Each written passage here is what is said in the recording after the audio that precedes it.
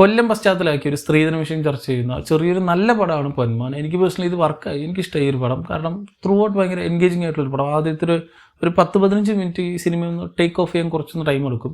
പിന്നെ ബേസിലെ ക്യാരക്ടർ വരുന്നതോടെ ഈ സിനിമ ഒരു എലിവേറ്റഡ് ലെവലിലേക്ക്, പിന്നെ ഈ സിനിമ എങ്ങോട്ടാണ് പോകുന്ന ഒരു പിടുത്തം കിട്ടാതെയാണ് ഈ പോയിക്കൊണ്ടിരിക്കുന്നത്. ഇതൊരു നോവൽ ബേസ്ഡ് മൂവിയാണ്. ആ നോവൽ ഞാൻ വായിച്ചിട്ടില്ലാത്തത് കൊണ്ട് കഥയെപ്പറ്റി യാതൊരു ഐഡിയ ഇല്ല. ഈ ഒരു ക്യാരക്ടേഴ്സൊക്കെ ഇനി എന്താണ് ചെയ്യാൻ പോകുന്നുള്ള അവർ തമ്മിൽ ആ ഒരു കോൺഫ്ലിക്റ്റ് ഇങ്ങനെ, ആ ഒരു ഈഗോ ക്ലാഷും ഇങ്ങനെ മുറുകി വരുമ്പോൾ നല്ല ഇൻട്രസ്റ്റിംഗ് ആയിട്ട് സിനിമ ത്രൂ ഔട്ട് കൊണ്ടുപോകുന്നുണ്ട്. ഇൻ്റർവെൽ ആയതൊന്നും അറിഞ്ഞേയില്ല. ദെൻ പിന്നെ സെക്കൻഡ് ഹാഫിലേക്ക് പോകുമ്പോൾ സാധാരണ സിനിമകളൊക്കെ ഒന്ന് ഡ്രോപ്പ് ഡൗൺ ചെയ്യുമെങ്കിൽ ഇവിടെ ആക്ച്വലി സെക്കൻഡ് ഹാഫിലാണ് സിനിമ ഒന്ന് പുഷ് ചെയ്ത് ഒരു സ്ട്രെച്ചിലേക്ക് ഒന്ന് പോകുന്നത്. സോ ത്രൂ ഔട്ട് ഒന്ന് ആലോചിച്ച് നോക്കുമ്പോൾ ഇറങ്ങി വരുമ്പോൾ, അല്ലെങ്കിൽ പടം കണ്ട് പുറത്തിറങ്ങി വരുമ്പോൾ നല്ലൊരു സാറ്റിസ്ഫാക്ടറി ഫീൽ ചെയ്യുന്നൊരു പടം. ഈ റീസെൻ്റ്ലി കണ്ട സിനിമകളിൽ നിന്നും ഈ ക്യാരക്ടേഴ്സിൻ്റെ പേര് പോലും ഓർമ്മ നിൽക്കാറില്ല. ഇപ്പോൾ ആക്ടേഴ്സിൻ്റെ പേര് നമുക്ക് ഓർമ്മയുണ്ടെങ്കിലും ആ ക്യാരക്ടേഴ്സൊന്നും അത്ര ഇങ്ങനെ രജിസ്റ്റർ ആവാത്തത് കൊണ്ടാണ് ക്യാരക്ടേഴ്സിൻ്റെ പേരൊന്നും ഓർമ്മയിലുണ്ടാവത്ത്. ഇതിൽ PP അജീഷും മരിയാനോയും ദെൻ നമ്മുടെ സ്റ്റെഫി, ഇങ്ങനത്തെ ഈ ക്യാരക്ടേഴ്സൊക്കെ സിനിമ കണ്ടു കഴിഞ്ഞിട്ടും ഓക്കെ മനസ്സിലുണ്ട് എന്നുള്ള രീതിയിൽ നിൽക്കണമെങ്കിൽ അത് നല്ല റൈറ്റിംഗ് ഉള്ളത് കൊണ്ടാണ്, നല്ല ക്യാരക്ടറൈസേഷൻ കൊണ്ടാണ്, അവരുടെ കിടിലിന് ആക്ടിങ് കൊണ്ടാണ്.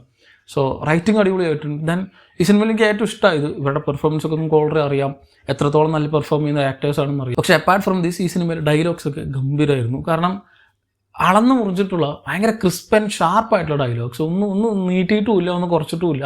ആൻഡ് അതിൻ്റെ ഡെലിവറിയും അടിപൊളിയായിട്ടുണ്ട്. സാധാരണ നമ്മളിപ്പോൾ ഭയങ്കര ആർട്ടിഫിഷ്യലായിട്ടും ഭയങ്കര നാടകീയതയോടെ പറയേണ്ട കുറേ സാധനങ്ങളുണ്ട്.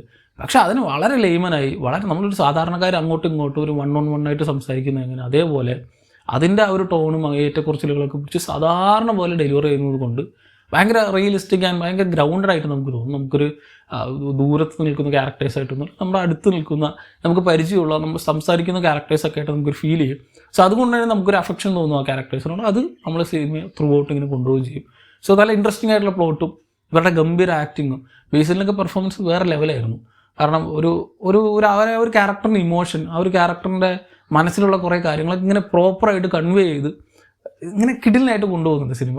ഇതൊരു ഔട്ട് ആൻഡ് ഔട്ട് വേറെ ലെവൽ മറ്റേ സംഭവമൊന്നുമല്ല, വളരെ സിമ്പിളായിട്ടുള്ള ചെറിയൊരു നല്ലൊരു പടം എന്ന് എനിക്ക് പറയാനുള്ളൂ. കാരണം സിനിമയിൽ ഇനി റൺ ടൈം കൂട്ടാൻ പറ്റുന്ന, വേണമെങ്കിൽ ഇനി വലിപ്പിക്കാൻ പറ്റുന്ന കുറേ സാധനങ്ങളൊക്കെ ഉണ്ടായിരുന്നു. പക്ഷെ അതിനൊക്കെ ഒഴിവാക്കി സിനിമയിൽ എന്താണ് ആവശ്യം, കാണാൻ വന്ന പ്രേക്ഷകർക്ക് എന്താണ് ആവശ്യം, അത് മാത്രം, ഇത് ഇത്ര ഉള്ളൂ എന്ന് പറഞ്ഞ് മാത്രം ഡെലിവറി ചെയ്യുന്നൊരു സാധനം.